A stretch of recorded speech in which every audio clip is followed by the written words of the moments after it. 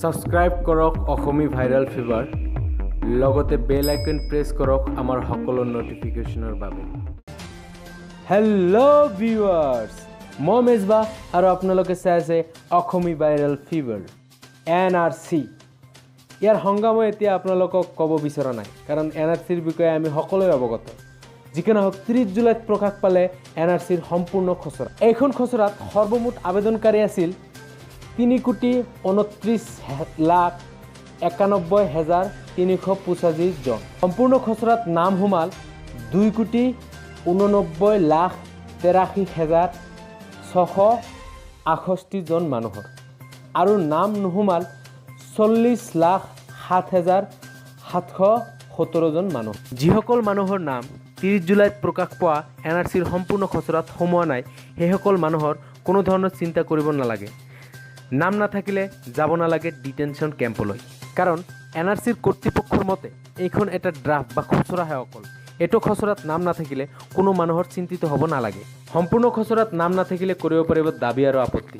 NRC কৰ্তৃপক্ষই আৰু জনায় যে প্ৰকৃত ভাৰতীয়ৰ নাম কেতিয়াও কৰ্তন নাযায় NRCৰ পৰা। যিসকল মানুহৰ নাম ইতিমধ্যে NRCৰ খচৰাত সোমাইছে কিন্তু নামৰ ভুল বা বানানৰ ভুল দেখা গৈছে, সেইসকল মানুহেও আপিল বা আপত্তি কৰিব পাৰিব। NRCৰ সম্পূৰ্ণ খচৰাত নাম নাথাকিলে কি কৰিব লাগিব জানো আহক। যদি এজন মানুহৰ নাম NRCৰ খচৰাত সোমোৱা নাই, তেন্তে সেইজন ব্যক্তিৰ ঘৰৰ ওচৰৰ NRC কেন্দ্ৰত জনাব পাৰিব দাবী আৰু আপত্তি। এখন দাবী জনোৱাৰ প্ৰপত্ৰ। এইখন প্ৰপত্ৰ পূৰণ কৰি আপুনি দাবী আৰু আপত্তি জনাব পাৰিব। প্ৰপত্ৰখনত পূৰণ কৰিব লাগিব আপোনাৰ নিৰ্দিষ্ট ARN নাম্বাৰ, নাম ঠিকনা, গাঁঠি দিব লাগিব লিগেচি লিংকেজৰ নথি। নামৰ ভুল বা বানানৰ ভুল হ'লেও আপত্তি কৰিব পাৰিব। তাৰ বাবে দিয়া হ'ব NSK কেন্দ্ৰসমূহত একোখনি শুধৰণি পত্ৰ, আৰু এই শুধৰণি পত্ৰখন পূৰণ কৰি জমা দিব লাগিব নিজৰ NRC কেন্দ্ৰ। ইয়াৰ বাবে 2015 চনৰ 31 মাৰ্চৰ পূৰ্বে NRCৰ আবেদনকাৰী হ'ব লাগিব।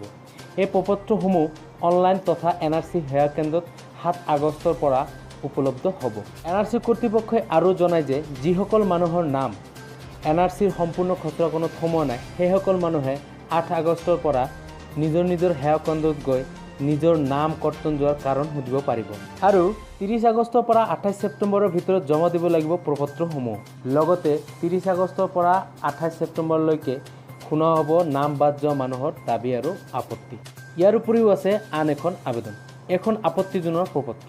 প্ৰকাশ পোৱা NRCৰ সম্পূৰ্ণ খচৰাত যদি কোনো সন্দেহযুক্ত নাগৰিক আপুনি ধৰিব পাৰে, তেন্তে এইখন প্ৰপত্ৰ পূৰণ কৰি দাখিল কৰাৰ সুবিধা দিছে NRCৰ কৰ্তৃপক্ষ। ইয়াৰ বাবে লাগিব সন্দেহযুক্ত নাগৰিকৰ নাম, ARN নাম্বাৰ, ঠিকনা। গতিকে এইবোৰ সুবিধা NRC কৰ্তৃপক্ষই জনসাধাৰণলৈ দিছে দাবী আৰু আপত্তি জনাবলৈ। এইটো ভিডিঅ' যিমান পাৰে শ্বেয়াৰ কৰক, যাতে সকলো মানুহে দাবী আৰু আপত্তি জনোৱাৰ সুবিধাটো জানিব পাৰে। লগতে নিজৰ মতামত কমেণ্ট কৰি জনাওক, লাইক কৰক আৰু ছাবস্ক্ৰাইব কৰক অসমী ভাইৰেল ফিভাৰ।